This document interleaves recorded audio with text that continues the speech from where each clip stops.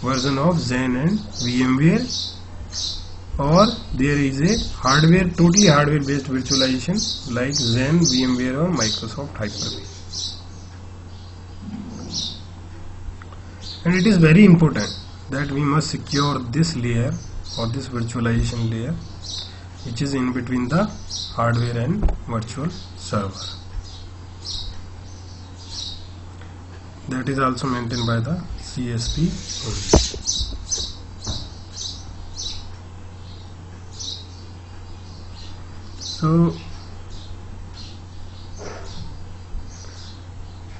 So you know that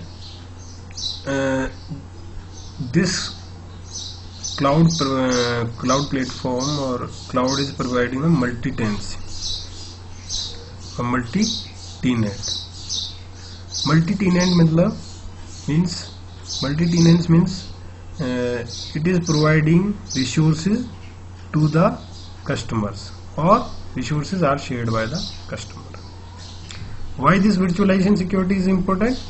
It is important because of that if any attack happens on the virtualization or virtualized layer, in that case it is very catastrophic. Means many of the firms infrastructure or many of the firms software or websites are depend on the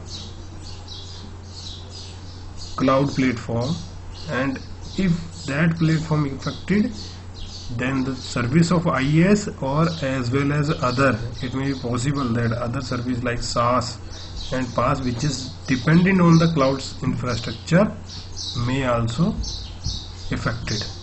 So it will be very catastrophic if a attack happens on the virtualization.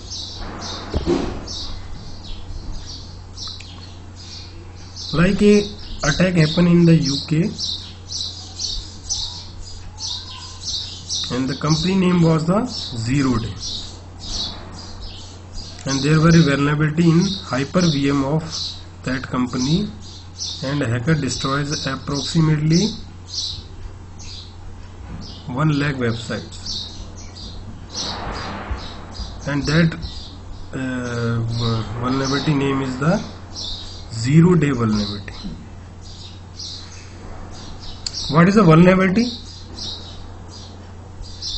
If you are going to learn any ethical hacking, or if you are familiar about the introduction of ethical hacking, in that case the first task of the any hacker is to finding the vulnerability.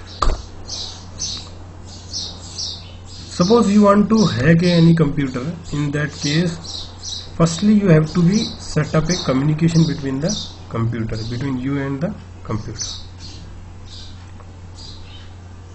So how can the communication will be set up? As you know that communication required an IP address and port address. If you are in the same organization, or you know the range of IP address of any organization, you may run the NetScan and you can easily find the IP address. After that, your second task will be the finding the ports, or mainly open ports.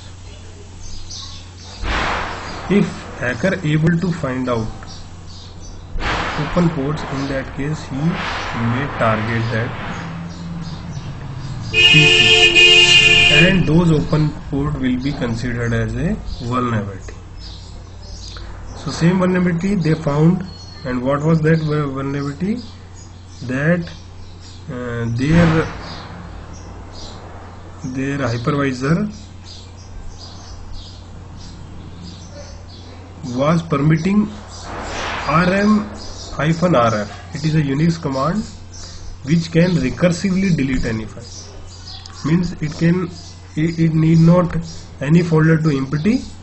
If you provide a folder location or directory location, in that case it will recursively empty the directory.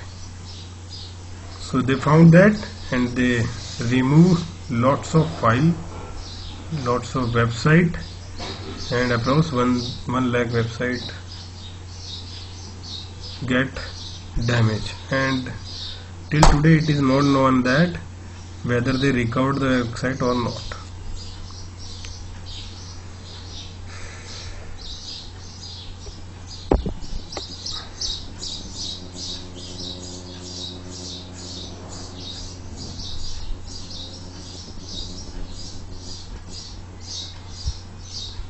So CSP should ensure the necessary security control, including restricting physical and logical access to a hypervisor and other forms of employee virtualization layers.